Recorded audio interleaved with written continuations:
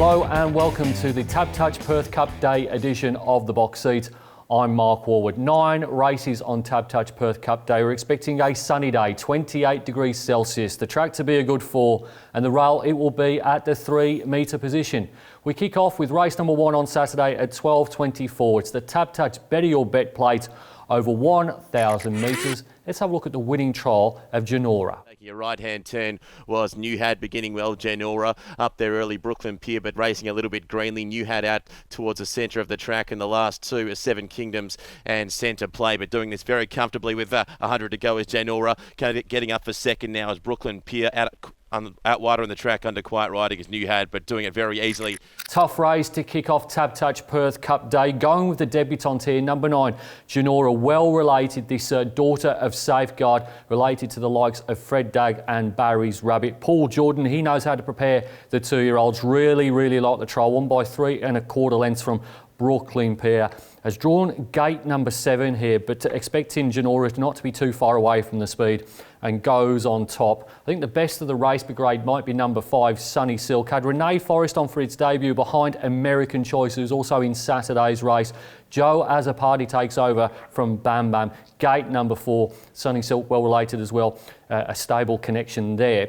Number 1 is American Choice. Gets gate number 2 here. JADE McNaught sticks as well. Rode the horse to victory last start. I do think that SUNNYSILK can turn the tables here, but experience counts for a lot, as does an inside gate. American Choice goes in the numbers. And then number 4, GEMMA'S Son, the other one from the Harrison yard here. Blinkers go on for its debut. It's had 2 trials, both in October, so there's been a bit of a gap. The last trial won by over 10 lengths, but the time was relatively slow, but do respect the connections. Top selection in race number 1 is number 9, JANAURA, to beat 5 SUNNYSILK, 1 American Choice and 4 GEMMA'S Son.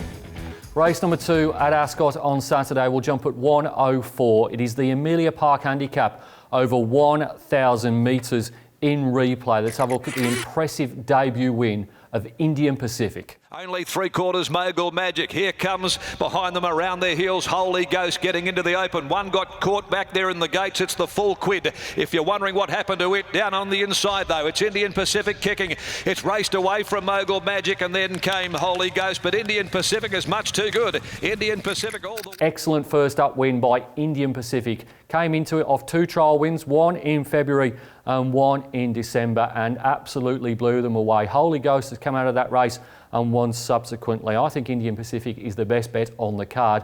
Odds against is a luxury. I think we'll start odds on. Goes on top.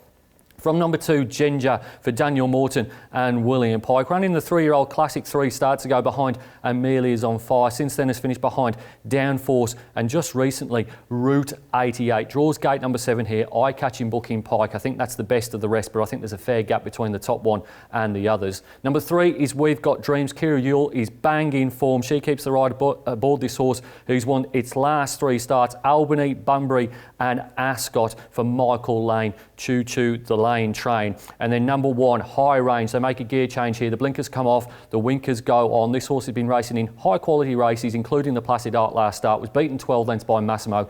This is easier, but Indian Pacific I think is every bit as good as some of those horses that went round in the listed race. Top selection in race number 2 is number 4, Indian Pacific, to beat 2 JENJA, 3 We've Got Dreams and 1 High Range. Race number 3 at Ascot on Saturday will jump at 1:44. It is the Ascend Sales Trophies Handicap over 1,600 metres in replay. We're going back 7 days to the run of MEGAZONE. Sky, then MEGAZONE back on the inside, and Superior Smile headed the remainder. Senzo got the head in front of Son of Bacchus. Dicoletto trying to rally. Now Pike calls upon Midnight Sky, which ranges up. Son of Bacchus got his head in front. Midnight Sky comes at it. Midnight Sky, Lord help me run, jumping out of the ground, but it's Midnight Sky in a busy finish. Midnight Sky just... Racing's a funny old game. That Midnight Sky race is not one I particularly wanted to follow anything out of, but I've ended up here with MEGAZONE. I've got him as a pretty warm favourite to win this race. JADE McNaught sticks here, stays at the 1,600. I think a repeat of the performance behind Midnight Sky will probably be good enough to beat this pretty moderate bunch. Goes on top from number 3, Star Value. Really liked his first up run. That was over the 1,200 metres at Pinjarra in this grade. Was only beaten by Flower of War by just over 1.25 lengths. Gets gate number 1 here, stepping up to 1,600 metres is definitely a tick. This horse is last start before he returned was in the Perth Cup when he finished nearly 5 lengths behind Material Man. That's reasonable form, and staying up in trip is certainly a plus. Number 1 is Heartstarter, who keeps dropping in grade. He's down to 66 plus now. Doesn't win out of turn. He'll be on speed here for Harry Grace and Chris Gangemini, but he has to lump 60.5. It's going to be hard for him to hold on. And then number 4, Avidus for Steel Casey and Clint Johnston-Pori will probably be on the speed as well. Went a little bit too fast last time out. The winkers come off here. Could certainly run a race. Top selection in race number 3 is number 2, Megazone, to beat 3 Star Value, 1 Heartstarter and 4 Avidus.